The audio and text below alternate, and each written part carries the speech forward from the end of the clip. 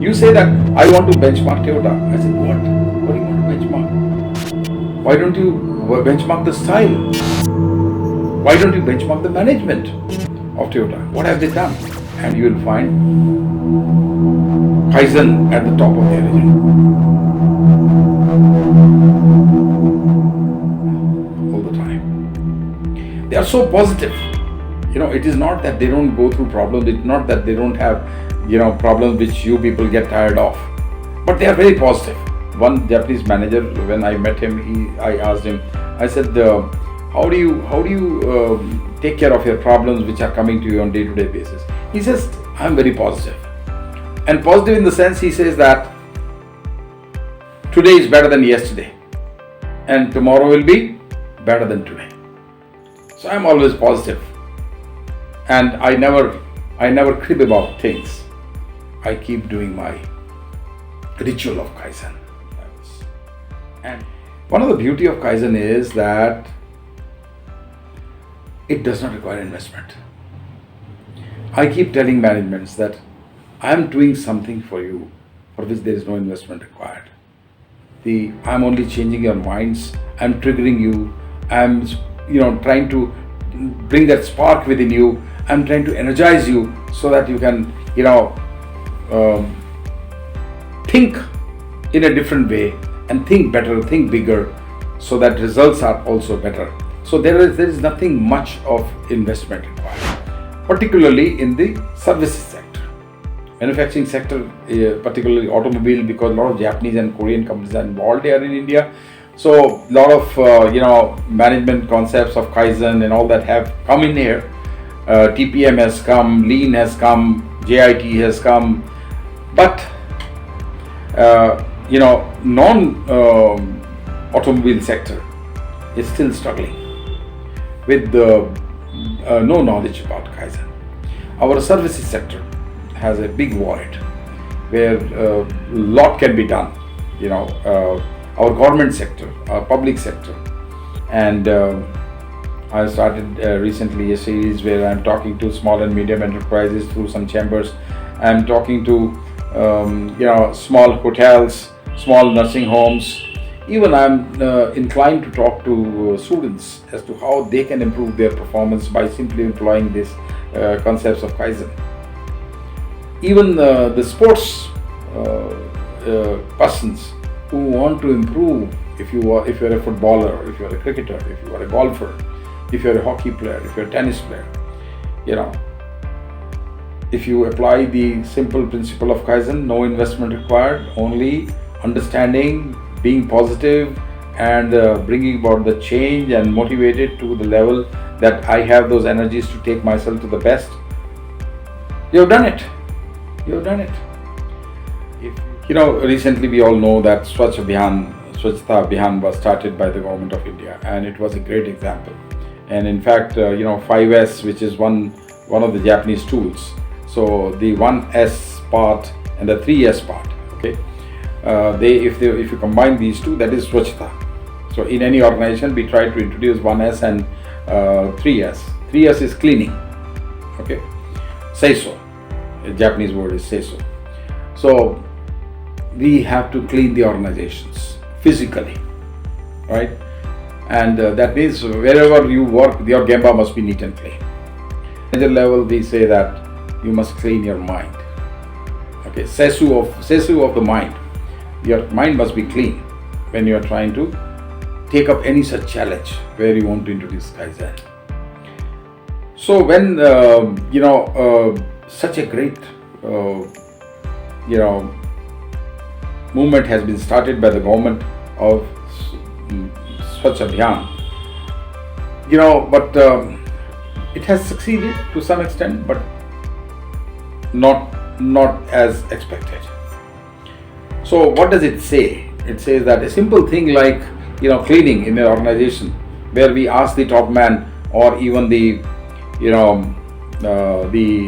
Gemba shop floor people to clean the organizations, they are reluctant. Okay, and that reluctance doesn't go well with the Kaizen culture theory. So On one hand, we had started a very simple exercise of cleaning India, cleaning the cities. Of course, some of the smart cities, they are taking that as a priority, making them pollution free and this, that and all, environment, healthy environment, giving to the citizens. I won't say it is very successful, I won't say it is a failure also, but it is going on. But to take up this challenge of creating a manufacturing hub, world-class manufacturing hub, is a much bigger challenge. Okay, and a challenge which is depending on very simple factors. One of them is productivity. That means each and every employee of the organization, the world-class manufacturing hub, requires a very high productivity level from the people. There is also an issue about quality, that we must have very high quality standards, quality of people, quality of systems, quality of products, quality of services, quality of processes, everything. Okay, so quality is not simply of the product. It is the processes of quality which produces the quality product. So there is a lot of learning required on that front. So productivity, quality, and third is the cost consciousness. How do we bring in the lower conversion costs, lower raw material costs, lower supply chain costs? So that is all possible if you are very productive. Okay, and if you are producing rejects, if you are trying to not improve the yield and wasting raw material, and at the same time wasting time, so time and material is money, nothing else. So it's very important that we have high productivity, high quality, and then third is the high flow, the speed of flow of the processes. How you are taking care of the speed of the processes. Bullet trains versus goods trains, right? In flow, I always talk of very simple things. Any organization, small or big, I ask them one simple question: what is flow? So they confuse. They think that it is a fund flow or it's money flow and all that, but no. Or some people say it is a flow of the material. No. Let's understand one thing. A great organization has one very simple parameter which is working for them, and that is cash inflow. Cash inflow, right? If cash inflow is not sustainable in any organization, there is going to be problem. That means that organization is not performing.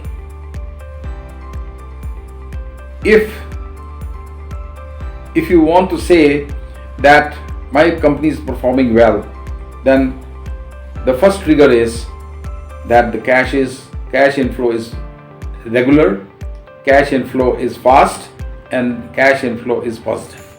So when you are talking of the flow, you are talking of three flows. One is information flow. Okay, the information flows from the customer side, and once the information flows, that means you receive the orders and all that, and then the information flows inside that. Now we have to execute the order. So information flow takes place. That also has a lot of problems. Information doesn't flow in the right direction. Sometimes it's not flowing at the right speed, and there are confusions. Organization confusions are there. So information must flow, and then once the information flow, the material must start flowing right from supply chain into the processes, and then the final product must flow, and it must flow in the direction of the customer. So there's a information flow and there's a material flow, and then once the material flows, the cash starts flowing. Customer is happy and customer is making payments. I find a lot of disruptions in this area where the information has not flown, the material has not flown, and the cash is not flowing, and there are disputes between customers and suppliers. So this is a flow Kaizen. I call it flow Kaizen. So when you talk of manufacturing hub, I don't think you can talk of making organization world class unless you try to introduce Kaizen practices. And these Kaizen practices must be very, very, I would say, um, dedicatedly brought into the organizations. And then you will find that the people who are engaged in the processes, they will make themselves more productive, they will make them more cost effective, they will make them more quality effective, and then things will start flowing in the right direction.